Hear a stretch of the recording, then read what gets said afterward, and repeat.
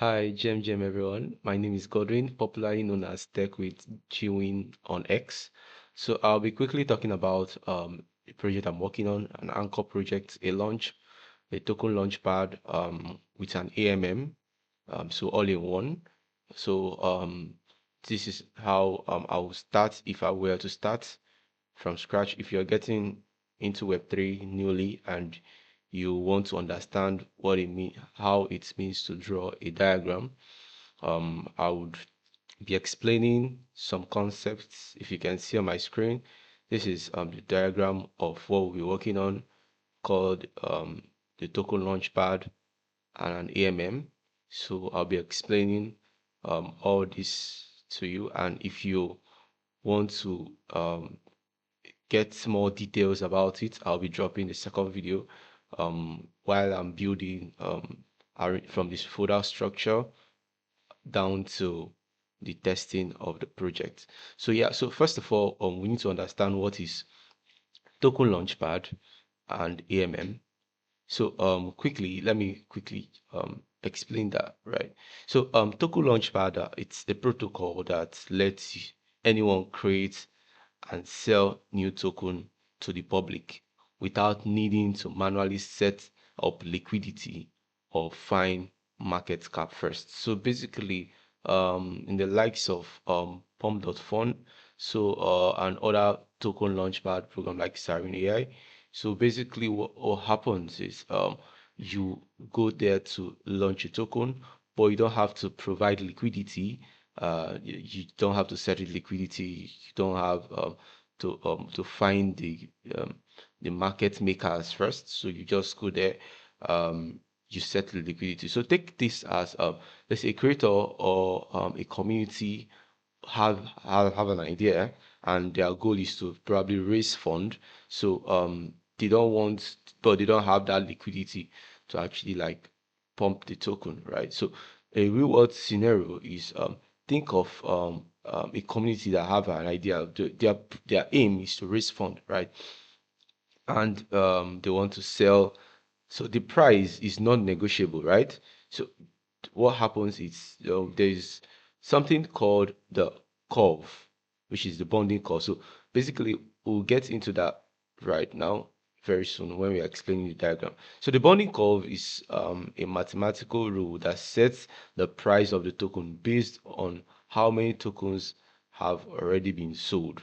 So the whole core idea is so price goes up as many people buy and price go down as many people sell. So it's actually a curve that enforces automation. So it's actually automated. So people don't actually like have don't have impact on the price, right? By inflicting the price by providing liquidity. So this one is actually based on the curve. So the curves actually calculate the price of the the token when launched, right? So yeah, so it starts for the launchpad, right? We'll also go into the AMM aspect, how it's the price is being determined, but that's for the launchpad. So yeah, so I'm actually recording from the Switch Studio. If you can see my screen, so that's why it's this way. Switch is a live streaming platform that is used to broadcast to both X and also to YouTube and any other platform if you want.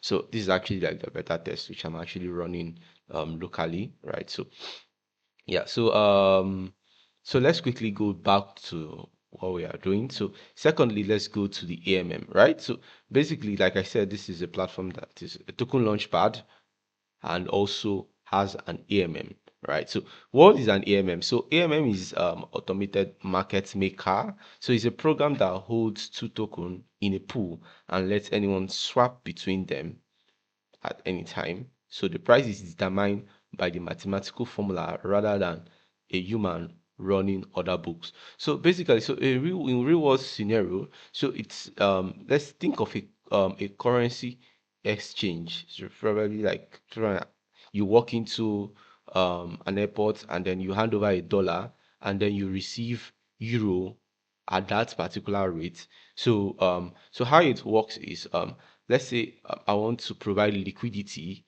So I have token.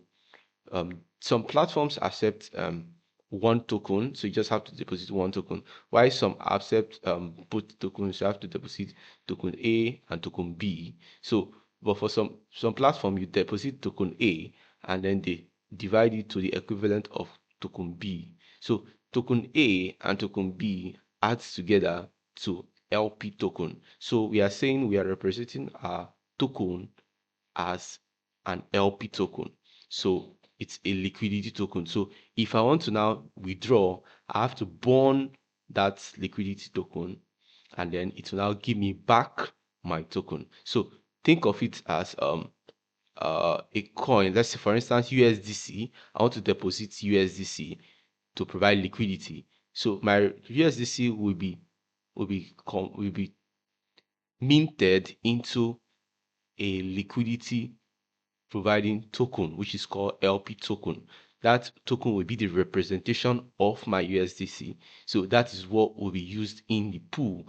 When I want to withdraw, that's my liquidity providing token will now be burnt and converted back to USDC. So that's basically like how it works. So the constant product curve, which is something that is on the AMM, like I said, for the like I said earlier, for the Launchpad, we have what we call the bonding curve. Yeah, for the Launchpad, we have the bonding curve, but for the AMM, we have what we call the constant um, product formula, right? So basically, what is this? So basically, the constant product formula is mostly what determine um the price. So let's say so for the constant product curve, so let's give a real world scenario like I said earlier. So you walk into the bank and you want to travel to another country. Let's say you have a certain currency, let's say dollar, and you want to actually send euro. So what you do is you go to the person and you hand over the dollar and they give you the euro at the posted rate, right? So there is no person in the other side that trades. So let's say this holds the currency. So this is the AMM, which is more on the drain side. The expense goes is expensive to get, and this is called the corner, which it always hold. So in this project, once the token launchpad hits the market cap, so we'll get into that briefly. So yeah, so the AMM, look at the AMM as the automated market maker. So what is the meaning of automated market maker? Who are these makers? So let's say makers are people that provide liquidity in order to move the market to a certain level or a higher market cap, right? You can be a liquidity provider.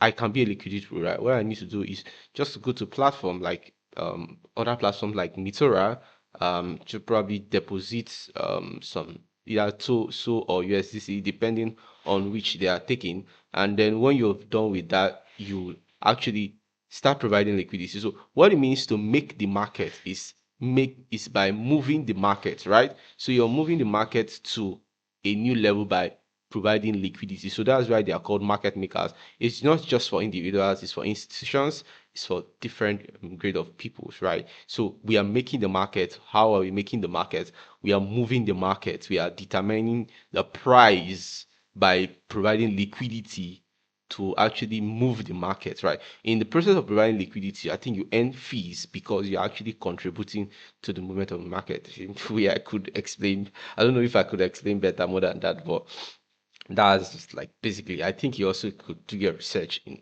what it means to provide liquidity. So providing liquidity is a different ballgame. So we're not going to get into that too deeply. So let me quickly explain the diagram of the flow. So basically what I've built here, it's called an AMM plus what I built here is a launchpad plus an AMM. So basically what this does is it helps a small group. Okay, what this does is it helps communities and individuals who wants to launch a token and also on the same platform it also migrates to the AMM of same platform. So it's just all in one. So you don't have to go to another platform to actually do migration. Other platform can be expensive, right? So this is just a project that I'm working on. So yeah, let me quickly explain the diagram, right? So so from here you will see what I have on the diagram, right? So first of all, this I'll be explaining the flow. So this is the AMM, which is the Launchpad, and AMM together. So this is a platform that has both AMM and Launchpad. So the Launchpad is the platform, is the protocol where the token is being launched, and the price is being determined by the bonding curve. You don't have to provide liquidity, and then once it gets to a certain market cap, it migrates to the AMM where people can now provide liquidity. And like I said earlier on, the LP token, let's you want to provide liquidity for a particular token, you have to deposit a certain token, let's say USDC or so, and then that token is minted into the LP token. So your token is being represented as an LP token, which will be used in the pool, right? So, but when you want to actually withdraw, you have to bond the LP token back to your token, which was either SO or USDC. So that's basically how it works under the hood, right? So your token is A, and then you want to deposit liquidity. It is bond to the LP token, and then sorry, it is minted to the LP token, and then when you want to withdraw, this LP token will now be bond back to the token which was deposited, either USDC or the SO, right? So this is actually a short explanation of how it works. So first of all, we have the creator. The creator is basically the person that wants to create the token. So you're the creator of the token. You want to launch a token. So you're the creator, right? So the buyer is person who wants to buy to hold, and the seller who wants to sell. And the LP token, like I said, is the token which is now the representation of what you want to do. So you're representing this and you're holding it. So the trader holds is probably somebody that you're holding your token. So basically that's what it is. You could actually do more research. Like I said, I'm trying to explain this to the level of somebody which is a beginner and somebody who wants to actually learn how to draw diagrams to the flow, right? So in building any anchor project, before you start building, you need to draw the flow, the diagram. This helps you for you to know who is involved, the kind of state, the kind of config, and the kind of instruction. It also helps you to have a good structure of your project, right? You don't just start by doing anchor in it and the name of your project and you start building, right? So this helps actually. So after you've done that, so this is the launchpad. So we have the global config. So this global config is like clustering, is like our presets config. Oh, that we want this to have the admin, we want this to have an admin, right? Admin is like who actually controls the platform, right? We want there's a recipient fees.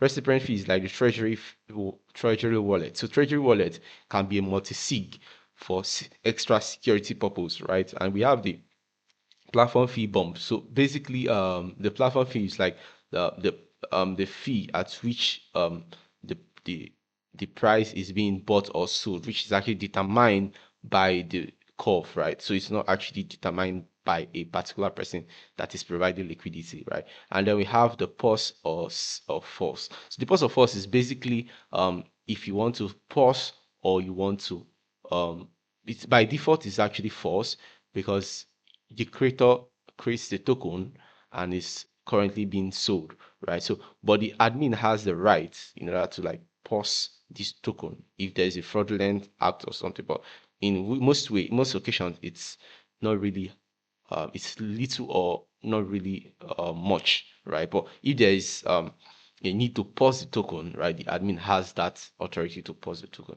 So that's what we set in our global config. So this global config is like something that runs before it's a config, is a setting, right, for our anchor program.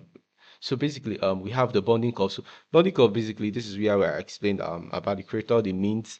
The mint is like you're minting the token. The quote which is quotes. Quote means is what yeah, either you're using USDC or you're using SOL. So for um to buy the token or to provide liquidity pool in this case. So let's explain this a bit.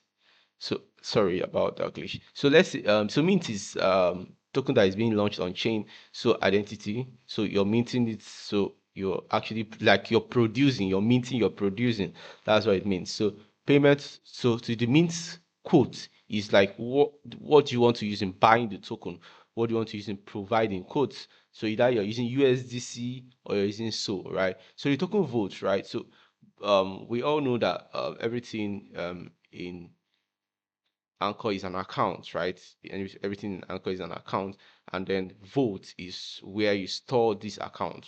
Sorry, we all know that everything in token is an account, right? And the vote is um a place where a token or a mint is being stored, right? So we have a lot of votes. We have the token votes. The token vote is controlled, is a program controlled account that holds the launch token, right? So that's where holds the launch token, the amount of token that will be launched, either a billion token or a million token in distribution, right? That will be launched, right? So it holds that token. So when you sell back to the token, and when you buy, you're buying from that vote, right? So when you sell back to the vote, and when you're buying from the vote. So it's like our storage of our token, right?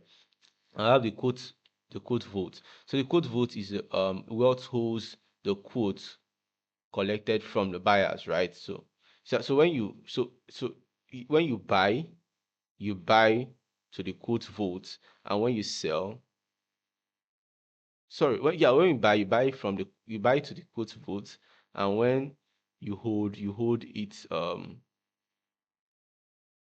hmm okay. So let me explain this, right? So first of all, what is the mint? So the mint is the token that is being launched. So it's the on-chain identity. It's like stock ticker, right? So in minting, you're producing the token. So the quote mint is the payment used to buy this token, either in USDC or so or WSO, right? So we have the token vote. So token vote is a program controlled account that holds the token, the launch token for sale, right? And we also have what we call the quote vote. So the quote vote is a program controlled account that holds the quote token collected from the buyer. And then we have the real reserved, so actual token physically sitting in the token vote right now. And also we have the real quote reserve, which is an actual quote token physically sitting in the quote vote right now. So we also have the virtual token reserve. So let's say the phantom token that is added and set to the reserve.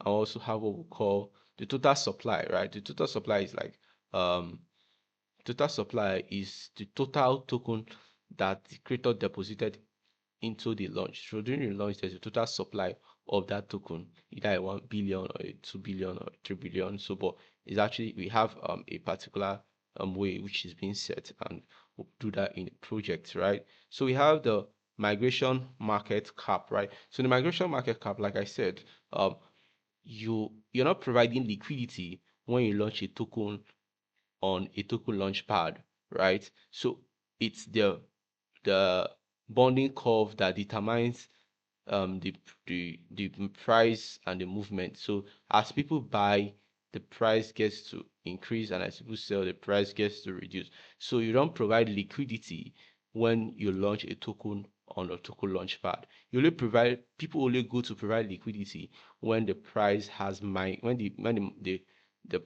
token has migrated to an AMM platform that they now provide liquidity. So in this one, you can also provide liquidity when it's actually in the AMM, because we are using one platform. So the market cap is a threshold at which, when this price is cut into, right, it now migrates to the AMM, right? That triggers it. So we are going to CPI into that's we're going to call that it's called CPI. We're going to call that the migration pool, and oh, is this up to this level? If it's not, let there be still buying and selling by the conding by the bonding curve.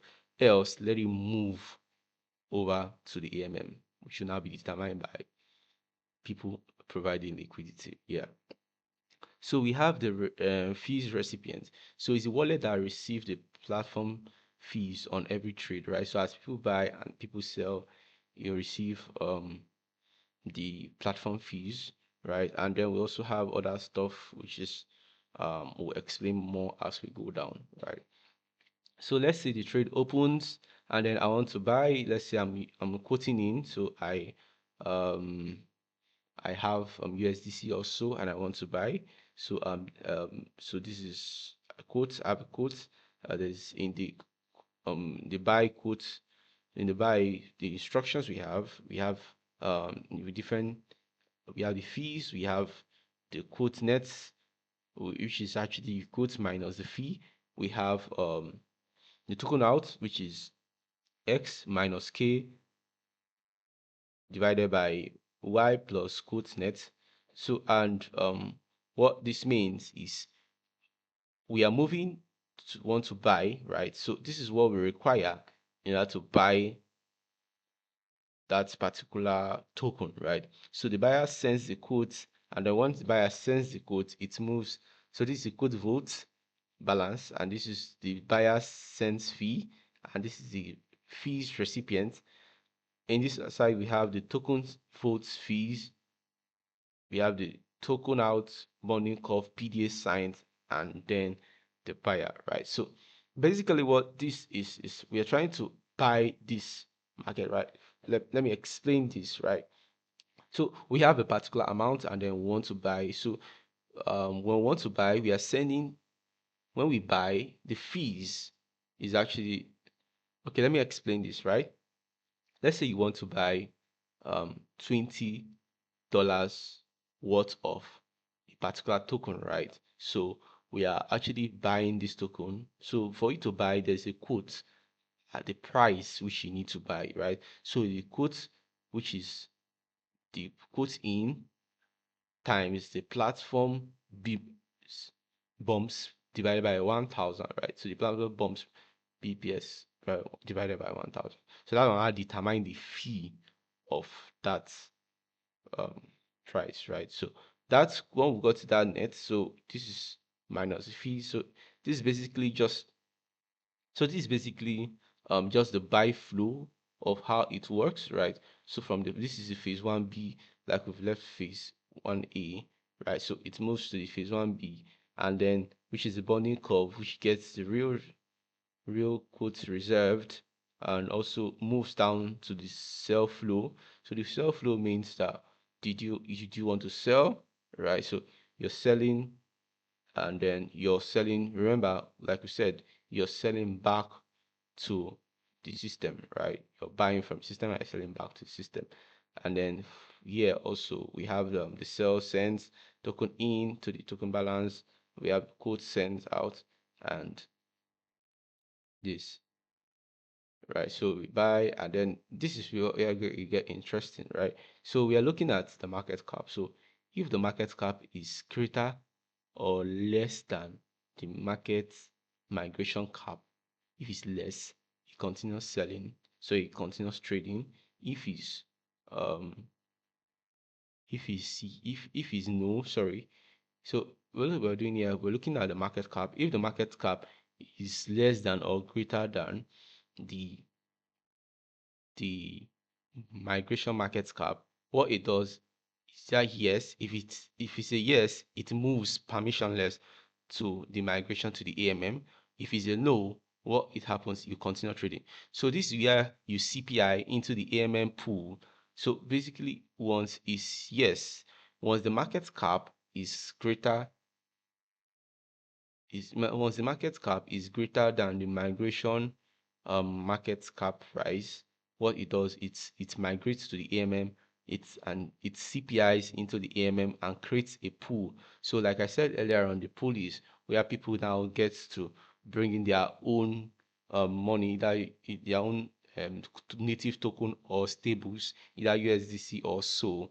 And in that process, what happens is you now provide liquidity for that token that has migrated. So also what it does, you can also provide liquidity for swaps. So people that buys and sell on that platform, you also provide liquidity for them. So the likes of Jupiter, what Jupiter also does is what we call aggregator. So getting price of different the best price, I think so, of different provider liquidity providers. So and now bring it to you, which you now choose you now to sell, right? So yeah, so let me not go into that much, right? So there's actually a whole lot when it comes to having AMM aggregator. So AMM, I'm aggregating the entire price of different AMMs, and I'm giving you the best routes at which to sell. I think that is also there's also what we call slippage. So slippage is also very important when it comes to that. So you can see a price right now, and in the next 30 seconds to 1 minute, it has changed, right? So that's different in the price market. So yeah, so these are because of people actually providing liquidity. So liquidity helps move a token to a new level after it has migrated from the token launchpad to the AMM, right? So you create the AMM vote, which is the author is the pool PDA, and you create the token B vote, which is also the PDA, which now mints into the the LP token, right? So, and the pool authority is the PDA, right? So, which now means into, yeah, so that's it, right? So, let's quickly go down to the next one, which is CPI initialize. So, initializes it calls CP to CPI calls to, which is initializing the pool liquidity depositor. So the depositor bonding curve, which is PDA, and the sign with the curve mint and the bump. So we have the code votes minus all token, which is the which gives us the AMM vote A, and the code vote minus all quotes, which gives us the AMM vote B. So the LP mint and this, which is like, yeah. So let's go to the bonding curve locked forever. So yeah, it has migrated, which is true. And then is it paused? No. So what is the result we have? We have zero and we have zero. So which we now start buying and selling when it's what migrated. So this is basically the phase three, which is the AMM program. So we have the seed, we have the AMM votes A, and we have the AMM votes B. You have the mint, LP mint, and we also have the reserve A and also the reserve B. So for the swap, so we are swapping, we are swapping on this AMM, we are adding liquidity and we are removing liquidity, right? So you can provide liquidity for any token that is currently happening on the AMM, right? So yeah, so this is like a short example of presentation of what it means, right? So I will be dropping this. If you want it, just send me a DM or I'll drop a link for it if you're interested, and I will send it to you. This is actually a whole diagram if you want to build to understand an AMM um and a token launchpad together. So this is actually a platform, a token launchpad, and an AMM all in one platform, from the layer, from the creator down to the global config, down to the bonding curve PDA, down to the flow, the buyer flow. This is buyer flow, and from the buyer flow, you have the seller flow, and from the seller flow, we have the migration, which is the market cap. So if the market cap is less than the migration market cap, it continues trading. If it's more than it, it migrates. It's a permissionless thing, so it migrates to the AMM. So this is called the CPI1, which creates the pool. I also have the CPI2, which initializes the pool liquidity, right? The bonding curve locked forever. We have which this is trying to say it has migrated and it's true, and Is it paused? No, at default it's migrated. Yeah, so we have this. So after calling the CPI initialize on the pool and then migrates, we go to migration progress. So this is the AMM program, which is we have this, we have the swap, extract in, add liquidity and remove liquidity. So like I've explained earlier on, so this is just a full rundown of like how it works. So yeah, thank you very much and see you on the next one. So thank you very much, and I'll be dropping more of the updates as I work on the project.